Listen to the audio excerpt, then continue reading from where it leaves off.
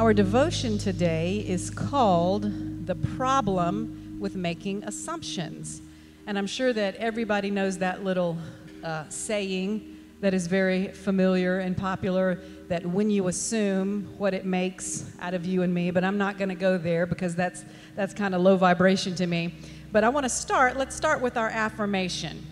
It says, today I will consciously question my assumptions in order to make the best judgment possible. And this devotion begins by saying, this month is dedicated, our theme for the month is the power of now. And so when we're talking about now, we necessarily, though, have to think about where did we come from and where did we evolve from.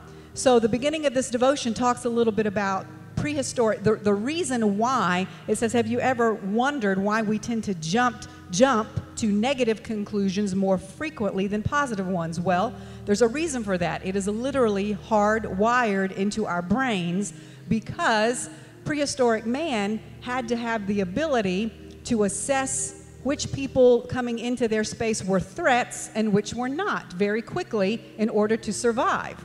So that is one of those things that just kind of got passed down genetically, and I never knew that until a few years ago when I started studying this, that's why sometimes we tend to jump to the worst possible conclusion first, because it's hardwired in us to first notice. I think the exact sentence that was used here says, the first thing you had to notice back then was if the person had a club in their hand before anything else.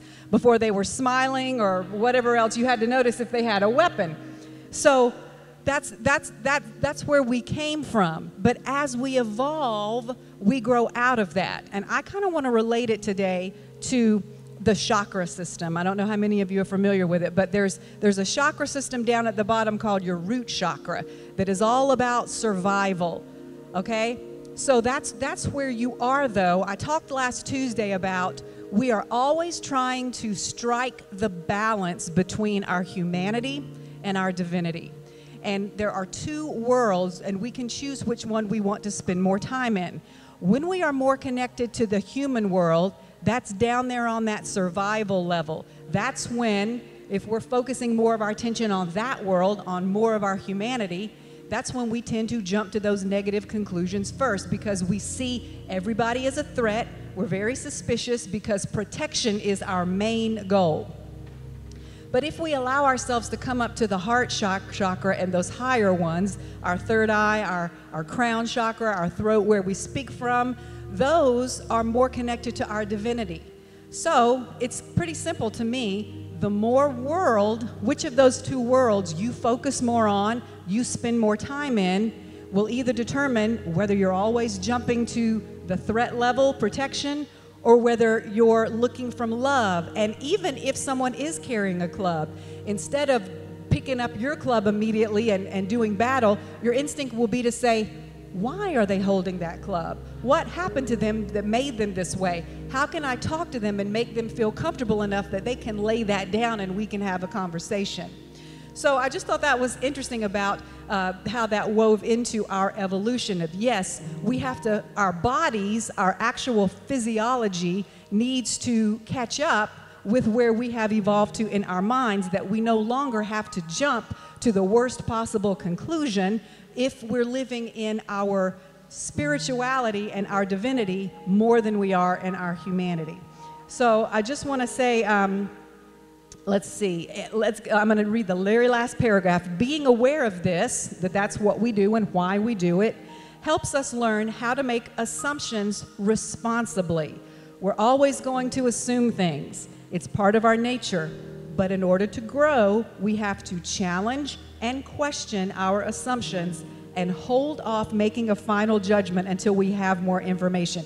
And there's one more thing I want to add. I forgot about it until just now. I was listening to somebody the other day, and they were talking about the word respect. And I don't know whether this is the proper etymology of the word or not, but this is the way they interpreted it, and I thought it was a pretty good interpretation. They said the word respect, if you break that down, of course, means again. Spect comes from the same root word as spectacle, so how you see. So if you say you respect another person, or you respect a value or an institution or an idea, it's because you have taken the time to look at it again and not just go from your first impression, which was probably coming from that lower chakra place of surviving and self-protection. So I just wanted to throw that in. That's what respect means. When you respect yourself, when you respect another person, it's because you are taking the time to look closely enough to see what's really going on and not just judging from your first original assumption. So let's read our prayer together today to end this. All-knowing God, help me today to be more aware of how I make assumptions, and let me use this ability responsibly. Amen.